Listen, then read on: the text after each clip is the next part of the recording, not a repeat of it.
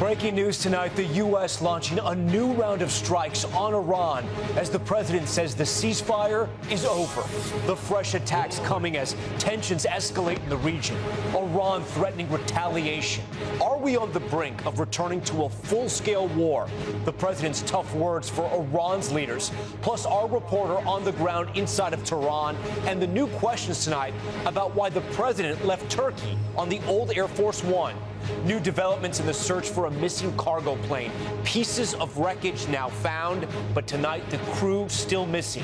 What we're learning about the flight's final moments.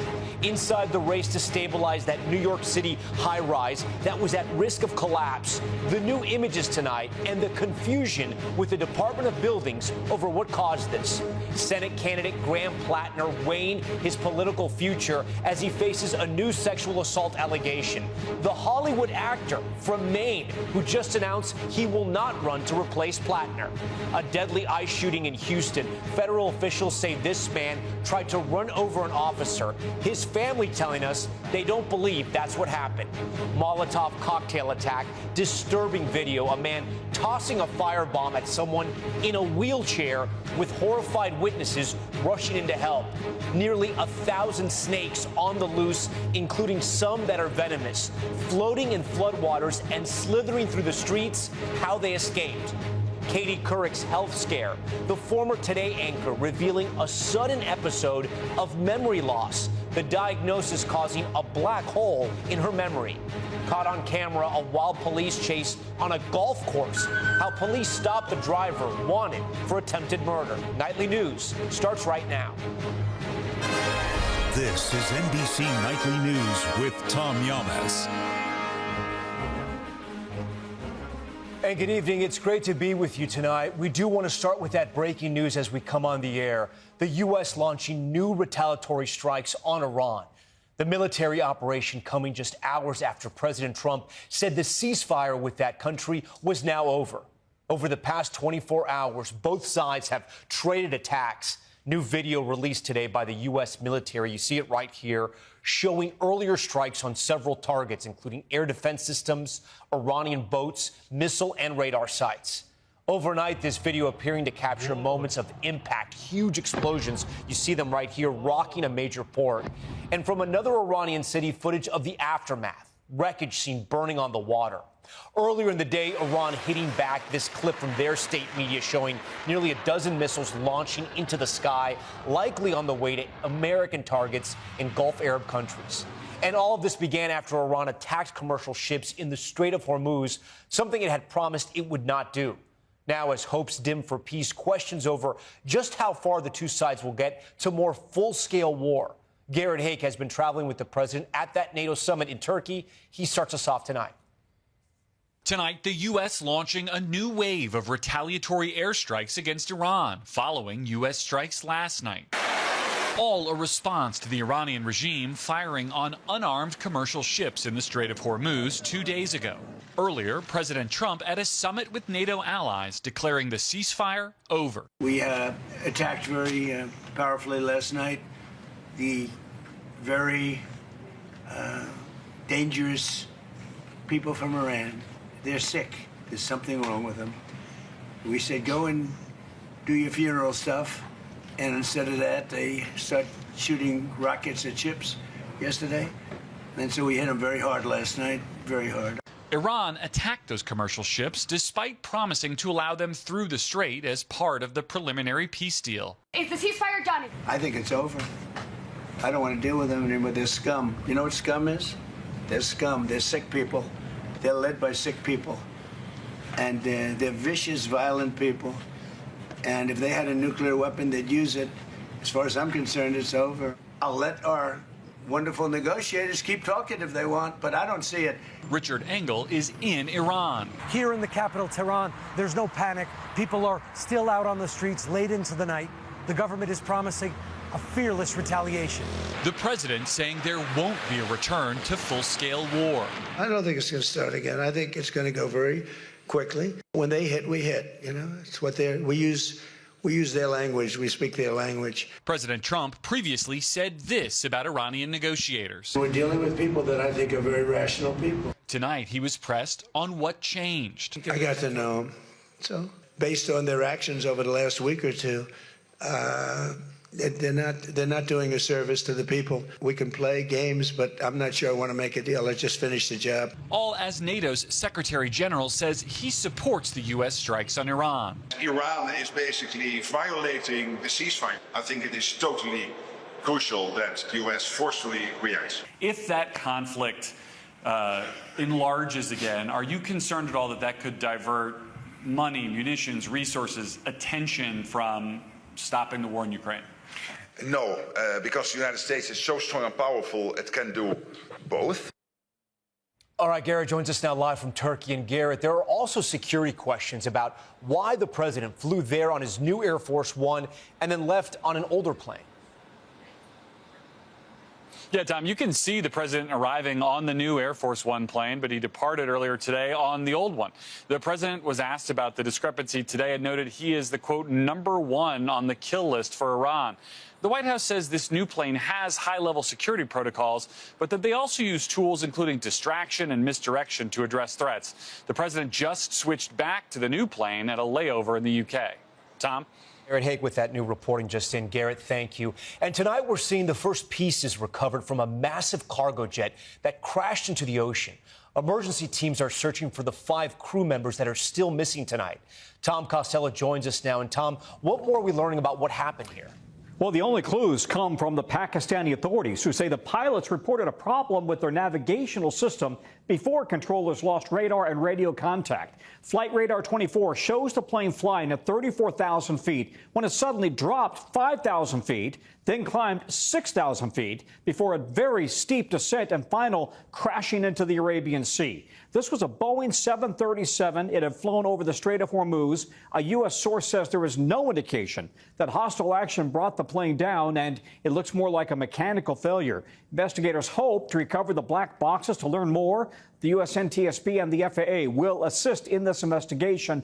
Boeing and GE, which makes the plane's engines, are also standing by. Tom? All right, Tom Costello for us. Tom, we thank you. In New York, there are new questions about what caused the beams in that Manhattan high-rise building to buckle and the floors to sink, raising serious concerns about a partial collapse. Now there's a search for answers. Emily Ikeda is there. As crews race to fully stabilize this New York City high-rise, adding support floor by floor. We were staring outside the window and we saw that it was kind of tilting a little bit. Tonight, city officials digging into what went wrong, resulting in a terrifying lean over the heart of Midtown. A failure to provide steel reinforcement as per approved plans led to the cause of the incident. The Department of Buildings wrote in a complaint that they later deleted, saying it was not accurate. The DOB adding the investigation is still underway and noting that while the building is now considered stable, all construction activities except for emergency work have to stop. They're going to be working through the day to get all the way up to the roof and all the way down to floor 9. The former home to Pfizer's headquarters is being converted into 1,600 luxury apartments, including building more floors. It was just under that addition on the 21st floor that support beams buckled. What kinds of questions are being asked right now? Was the design okay? Was the construction okay? And were the materials that were used okay? And the sequence of the construction is important as well. The developer Metroloft called the incident nothing more than a typical construction mishap to the New York Times, and telling NBC News today it was never concerned about a collapse, adding, "We've identified the issue and developed a clear plan to fix it." Some evacuated from the area are now being allowed to return. Even as you can see crews making adjustments to the leaning side of the building, officials say the structure is stable and has not moved, an encouraging sign for these emergency efforts. Tom? Okay, Emily, thank you. Now to embattled Democratic Maine Senate nominee Graham Platner, facing growing calls to step aside after being accused of rape, which he denies. Ryan Nobles is tracking this one for us. And Ryan, the campaign is now speaking out tonight. Yeah, that's right, Tom. Top officials from the Platner campaign told members of his staff today that they should expect to hear from the candidate very soon. Platner is yet to officially drop out, and his progressive supporters have said that they want to play a role in picking his replacement. That's something the state party has said will not happen. The Maine Democratic Party held a meeting today to discuss a path to pick a new nominee if and when Platner decides to step aside. The list of potential replacements is growing. but it will not include the actor and Maine native Patrick Dempsey, who in an op-ed said he seriously considered a bid, but decided he does not want to serve in Congress. Now, if Platner steps down by July 13th, the state party can handpick his replacement. Tom? Okay, Ryan, we thank you. Now to that deadly shooting in Houston involving an immigration officer. The Department of Homeland Security saying they were conducting a targeted operation when a suspect tried to run over an agent. But his family tonight says they don't believe that side of the story. Here's Priscilla Thompson. The moments after the deadly shooting, captured on camera. 52-year-old Lorenzo Salgado seen on the ground after being shot. DHS says they were conducting a targeted operation to capture Salgado, who was in the U.S. illegally from Mexico when he attempted to evade arrest. This brief clip appears to show Salgado's white van being tailed by a dark SUV. DHS says Salgado later weaponized his vehicle in an attempt to run over an ICE law enforcement officer who fired in self-defense. We don't believe that at all. Two of Salgado's sons speaking out. I believe that when he saw those cars following him around, he thought that he was going to get robbed of his van, of his livelihood. Do you believe if that vehicle had been identifiable, that your dad would still be alive? Absolutely. Absolutely, 100%. He would have complied, he would have stopped. It comes as President Trump's border czar says ICE is keeping the president's campaign pledge to increase immigration enforcement. ICE in the last week and a half is making record arrests every single day, and we're going to continue that. You're going to see those numbers even go higher. Tonight, Salgado's sons are calling for an independent investigation. He just wanted to live a life, a simple life of work and family, and that got taken away from us. Priscilla Thompson, NBC News, Houston. Next tonight, to a violent encounter in Oklahoma City. A suspect throwing a Molotov cocktail at a man in a wheelchair. People nearby racing in to help. Jesse Kirsch now with the story, and we do want to warn you, some of this video is very graphic. This is the moment a man in a wheelchair is hit by a Molotov cocktail, catching fire in Oklahoma City. Watch as he tries to escape the flames, but the attacker shoves him into the fire. The victim falls to the ground and back into the blaze before police and a bystander rush in to help. The disturbing attack caught on camera last week right across the street from Oklahoma City Police Headquarters. Investigators say 38-year-old Alexander James Emery is the man who threw this Molotov cocktail after allegedly telling the victim, "Don't talk to me." The video showing police detectives park in the middle of the street, appearing to approach with guns drawn as they help the victim and take Emery into custody. According to the July 2nd incident report, Emery had a second Molotov cocktail with him when he was detained, an officer smelling a very strong odor of gasoline. Emery also exclaiming a German phrase associated with Nazi ideology, according to the report. He now faces multiple felony charges, including arson and assault with intent to kill.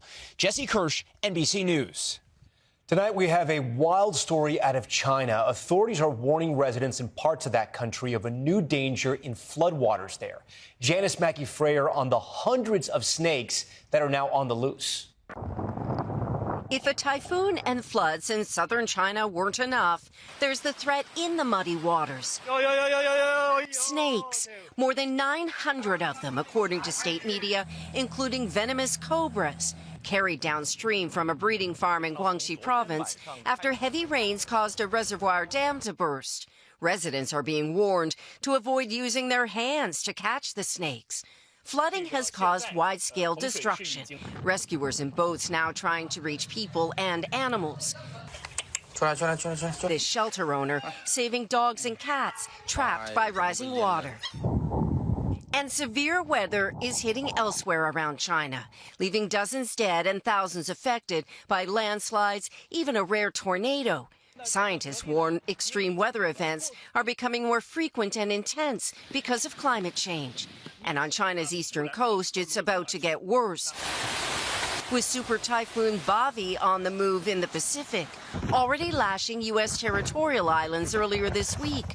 Bavi on track to be one of the strongest storms of the year, now putting China on high alert.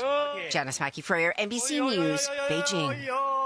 All right, we're back in 60 seconds with the revealing diagnosis from Katie Couric, the legendary journalist, sharing her frightening story of memory loss and the high-speed chase on a golf course, how police finally caught their man.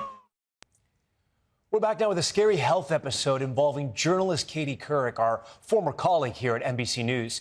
Katie describing the frightening moments when she temporarily lost her memory, shining a light on something known as transient global amnesia. Here's our Kate Snow.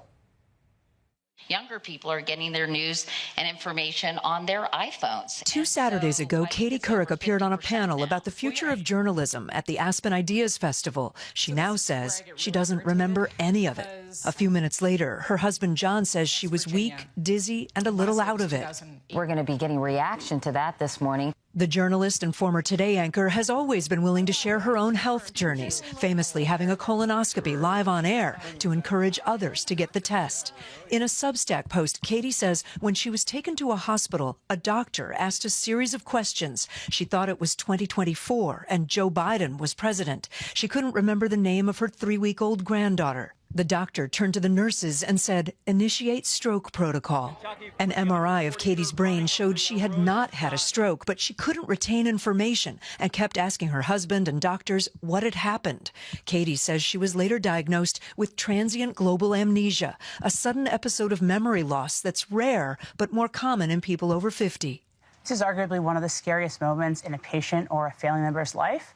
But as a neurologist, it's the best diagnosis I can make because I know these patients will return to living a completely normal life. Dr. Laura Stein is a neurologist at Mount Sinai Health System. Some of the triggers include stress. So an example would be physical stress, emotional stress, physical exertion. There's no one reason that this happens to people. There is not, and that's part of what makes it so hard to understand. Katie says she has no memory of about 7 hours. While this was a freaky occurrence, she wrote, it could have been much more serious. So ultimately, I'm relieved. Kate Snow joins us now live in studio. And Kate, this happens more than people may think. Yeah. You're not just reporting on this story. This actually happened to you? It did, although it is exceedingly rare, Tom. But back in 2006, it was election night. I was at a different network. I was under a lot of pressure and stress. I had recently had a baby. I also have frequent migraines at the time. And all of that meant that at some point that night, I suddenly stopped remembering. I couldn't remember my kids' names. I couldn't read my emails or understand, no memory at all, which is really scary. I did not go to a doctor. I should have. And for anyone out there, if you have those symptoms, it could be a stroke. So you do need to get checked out. I had an MRI. I went to a neurologist, and I'm fine. Okay, glad you're okay and glad Katie's okay, too. Very glad. All right, we're back in a moment with the wild police chase for a suspect through the golf course, plus the Waymo car that put the brakes on teens allegedly drinking and firing a toy gun in the back seat. We'll explain this one. That's next. We're back now with a dramatic car chase through an Ohio golf course. This minivan, take a look, dodging trees, speeding away near the 18th hole, stunning golfers. The van then slams into a police car in a nearby neighborhood, the cruiser flipping over as the chase continues on foot. Ohio State Highway Patrol says the suspect was wanted in connection to an attempted murder and was finally arrested. Also tonight, teens busted by Waymo in California, allegedly caught drinking and shooting a toy gun inside the driverless car. San Mateo police say Waymo called 911 to report the activity, believing the weapon was real, and stopped the car. Officers arrived to search it, then released the teens to their parents. And in Texas, a near miss caught on camera. 2 officers almost hit by a passing vehicle. Look at this on the highway in Kaufman County, that's just outside of Dallas, as it smashes into a patrol car, leaving behind a cloud of dust and debris. Wow. The officers were working a traffic stop overnight, both jumping out of the way just in time. All right, that's Nightly News for this Wednesday. I'm Tom Llamas. We thank you so much for watching. Tonight and always, we're here for you. Good night. We thank you for watching. And remember, stay updated on breaking news and top stories on the NBC News app or watch live on our YouTube channel.